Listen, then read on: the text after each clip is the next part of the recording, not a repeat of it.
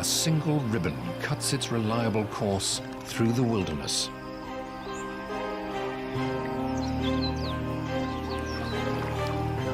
It's a lifeline to all creatures, great and small. In the height of the dry season, everything must come to the river. From dawn to dusk,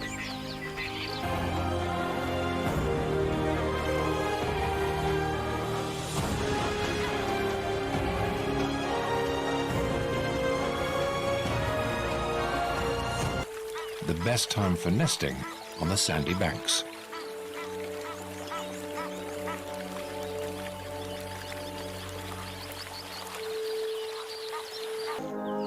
Here, lush lowlands feed herds of grazers, and iconic forests grow tall and green.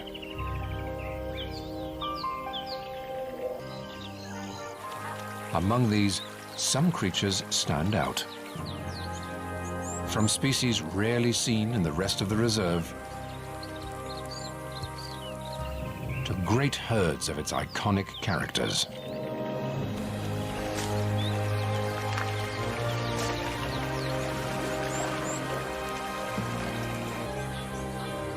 It's midwinter and the height of the dry season.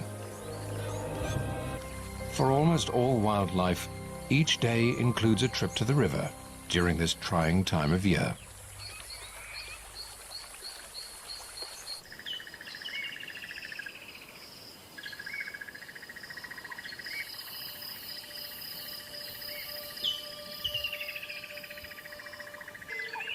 With the males weighing up to 550 pounds, these are among Africa's most heavy-set antelope. They fuel their bulk by feeding on the most protein-rich grasses and herbs they can find. And during the dry season, it's the floodplain that provides. All this protein builds up a thirst, and waterbuck are among the most water-dependent of all antelope.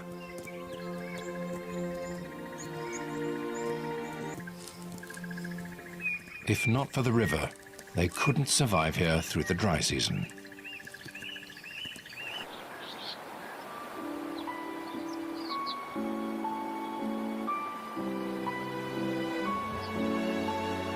The river flows from west to east across the park, shaping the landscape and attracting its wildlife.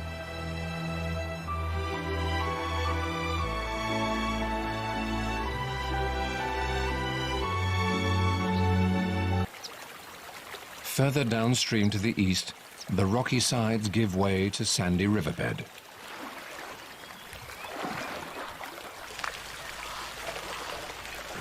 Here, a young bull elephant has arrived early to quench his thirst.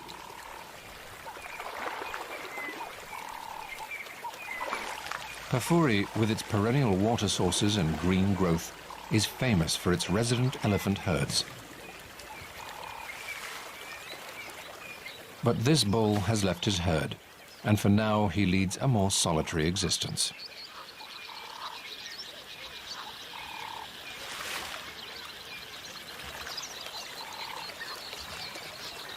Social contact is an integral part of elephant life, and he will have spent his first 15 years in the company of his mother, siblings, aunts and cousins.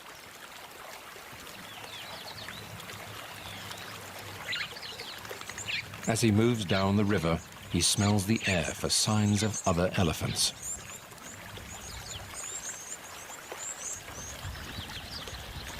If he can find a group of other bachelors, he may join them for the sake of companionship.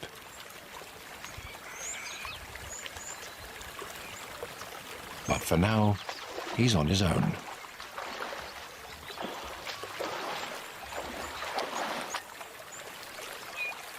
Just downstream, another group of social creatures makes their home.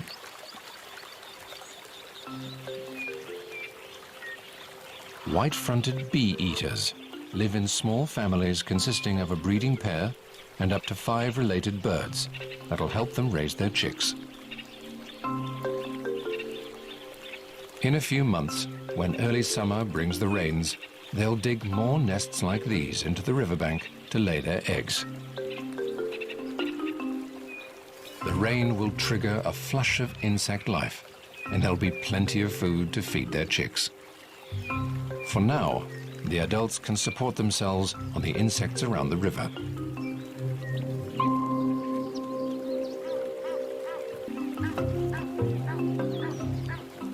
A pair of African jacanas treads delicately at the water's edge.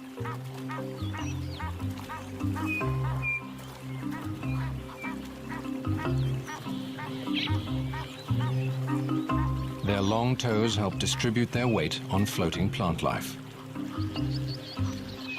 Together, the pair controls a territory along the bank, and it gives them all the insects they need.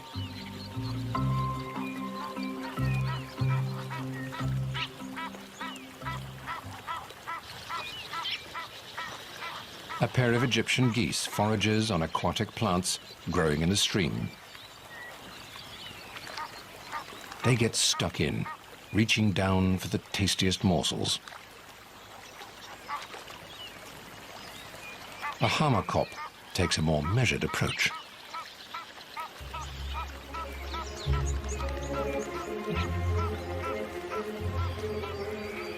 He's after creatures living among the river vegetation.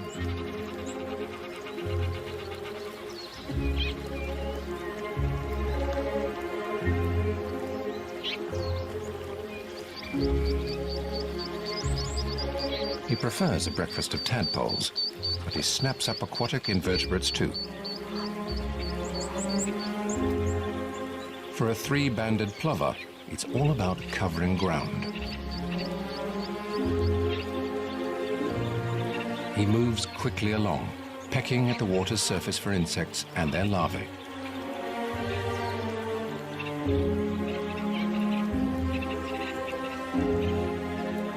It'll take a lot of this tiny prey to fill his belly.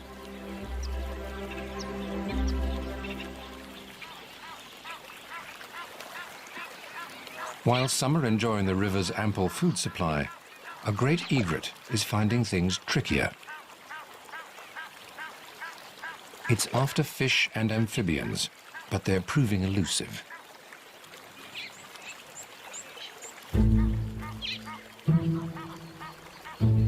Perhaps another spot will be more productive.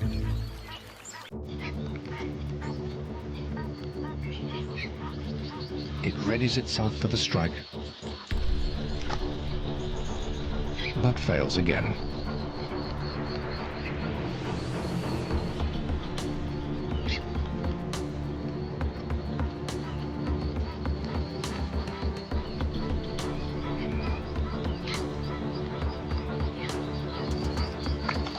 With one last effort, he comes up with a morsel.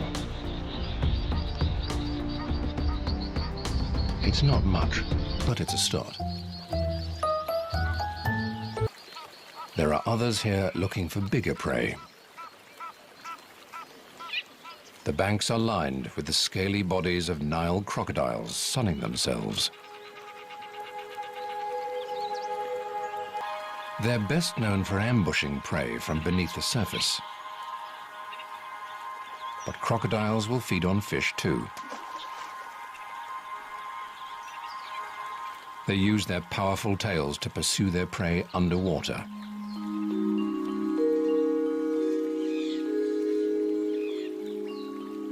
Despite their fearsome appearance, many other creatures seem comfortable in the presence of the crocodiles.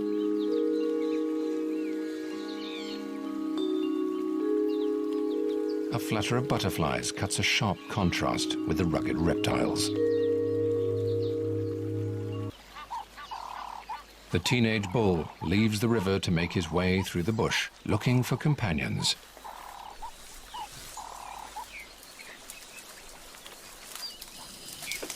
But he doesn't get far before his stomach distracts him. A full-grown elephant bull can weigh up to 5 tons.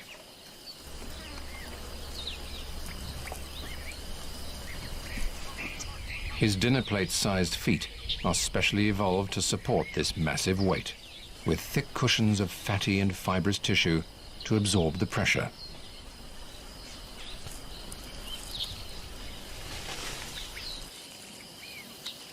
His trunk is the perfect tool for reaching the best leaves high in the trees. The riverside vegetation is his first snack on his day's quest for company.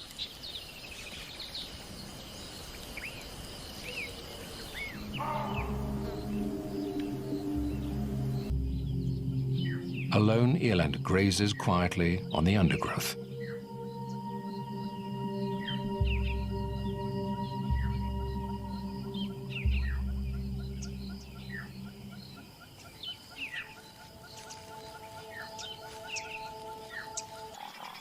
Beyond the fever trees, a herd of African buffalo grazes out in the open. The grasses grow tall on the floodplain, but they're dry and tough at this time of year. This doesn't faze the buffaloes. They prioritize quantity over quality and can subsist on coarser fodder than most grazers.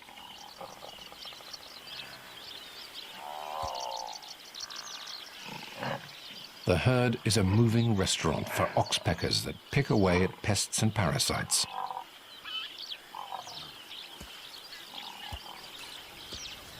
Despite the adults' impressive horns, the herd is wary of predators, for the buffaloes have youngsters with them. In the woodlands nearby, a deserted termite mound is home to a pack of dwarf mongooses.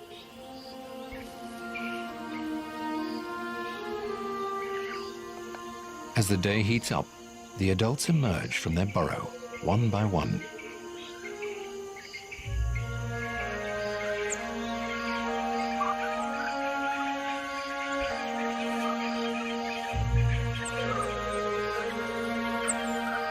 A communal latrine outside the entrance gives a clear scent sign that this home is taken.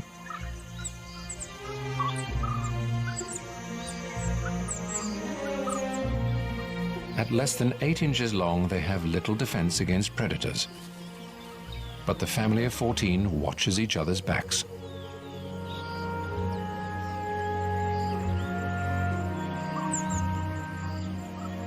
Sentries take to higher ground to get the best vantage point possible.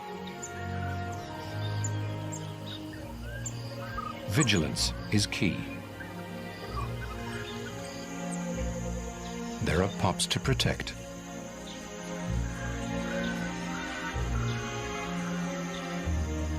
They're the offspring of the dominant male and female, and they're around 6 weeks old.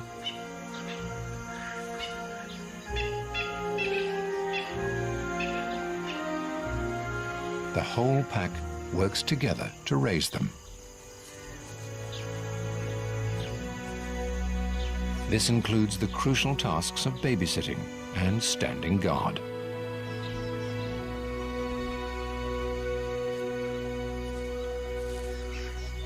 Subordinate females help suckle the young, some without ever having been pregnant themselves.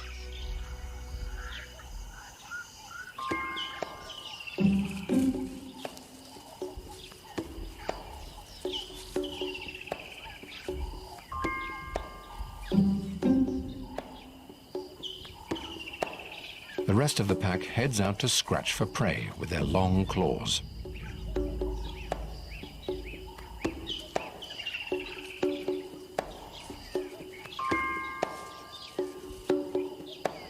In the undergrowth of the dry woodland, there's plenty of food to be had.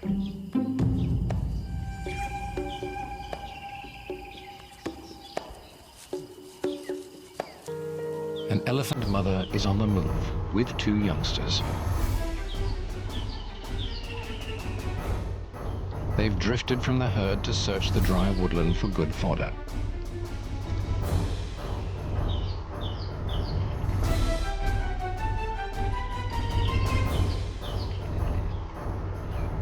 Only the younger calf is the cow's offspring. It stays close to her for safety at all times.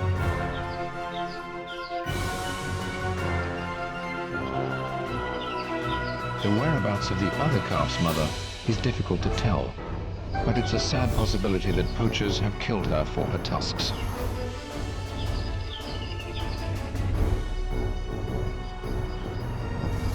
The three must rejoin their extended family soon.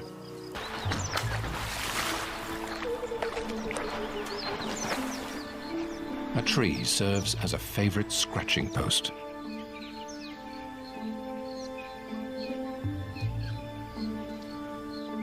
And a final layer of dust will protect against the hot afternoon sun.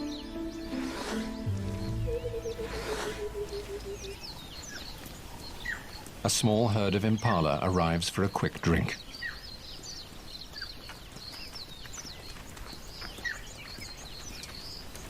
They're vulnerable with their heads down at the water and move swiftly on. As the midday heat sets in, many in Pafuris seek out water.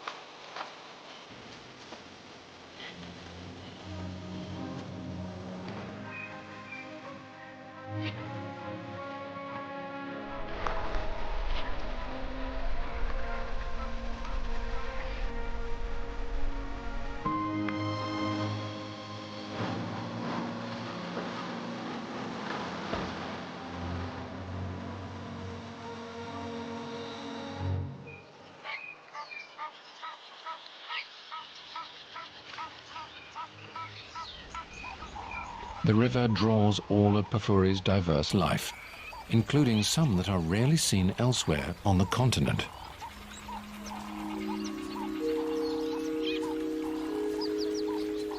Nyala are particularly shy antelope, sticking to densely wooded areas, usually near water.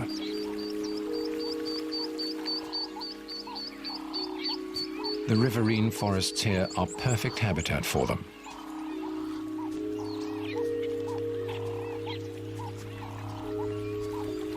As thirsty as they may be, they're cautious around the water. This is crocodile territory. Across the river, a female Nyala has arrived with her two offspring. They're just as cautious as the males, and for good reason.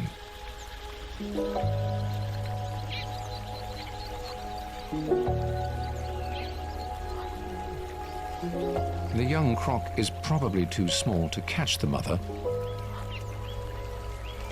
but it might stand a chance against the fawn, and they're not taking any risks.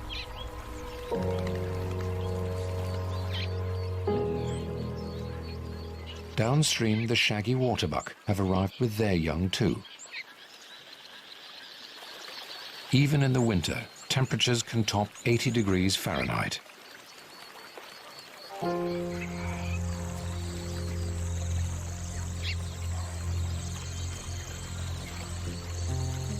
The soft, moist sand offers some cool relief.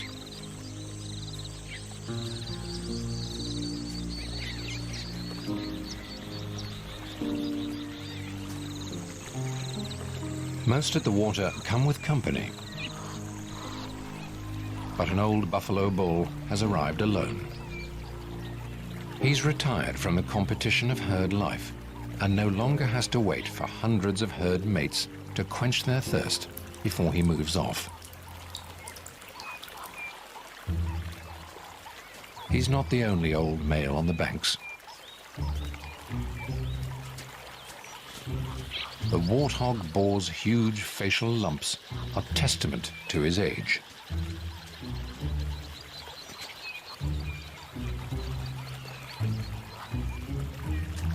Having quenched his thirst, he turns his attention to food. Green grass is hard to come by this deep into the dry season, and the warthogs seize the opportunity for a good meal. The riverside growth is a valuable source of food. For some, the banks provide a special treat. The seed pods of an acacia tree are a favorite snack for chacma baboons.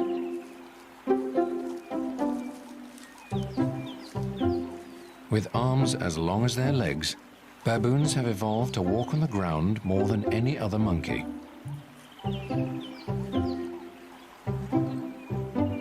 But the youngsters are completely comfortable in the tree,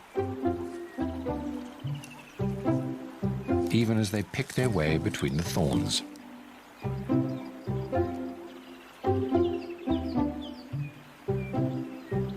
For all the animals, the river offers food, water, and some relief from the afternoon heat. Hippos need water deep enough to submerge their great bodies entirely. During the dry season, there are few places in Pafuri where this exists.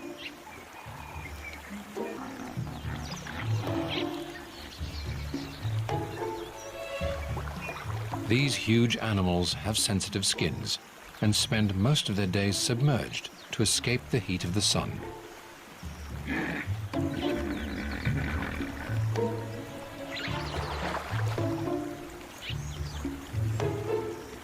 This bull is in charge here. Should he need to assert his control, he can open his jaw to 150 degrees, bearing 20-inch long tusks.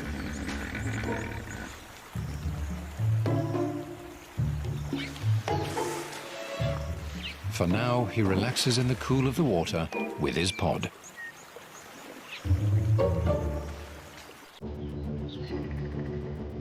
As evening sets in, the Waterbuck are back grazing on the floodplain.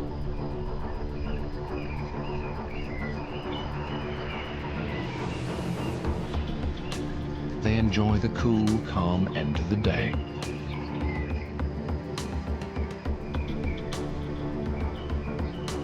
The young elephant mother and her calf have found their herd as they emerge to cross the plain for a drink in a river.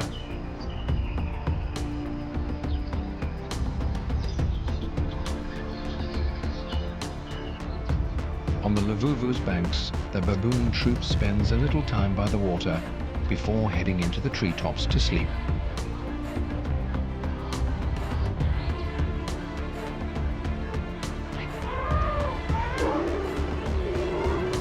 The river is a picture of peace until the elephants get here.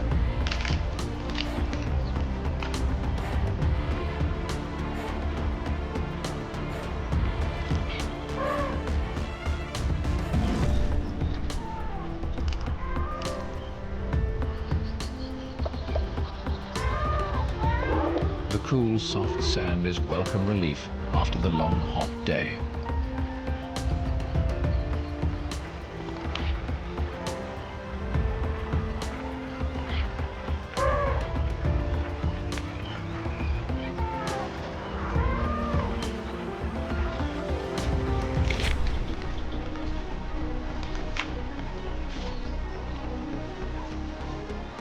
The Lavuvu's banks are the site of a reunion.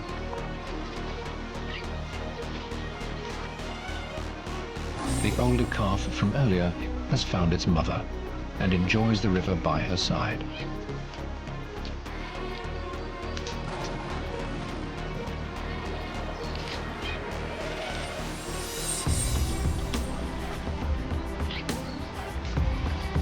The herd takes its time to refuel with food and water.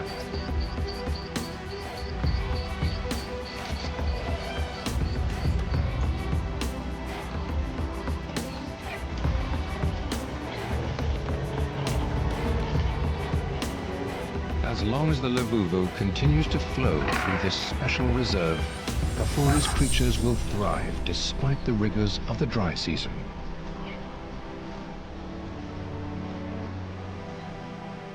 Sooner or later, heavy rains will come.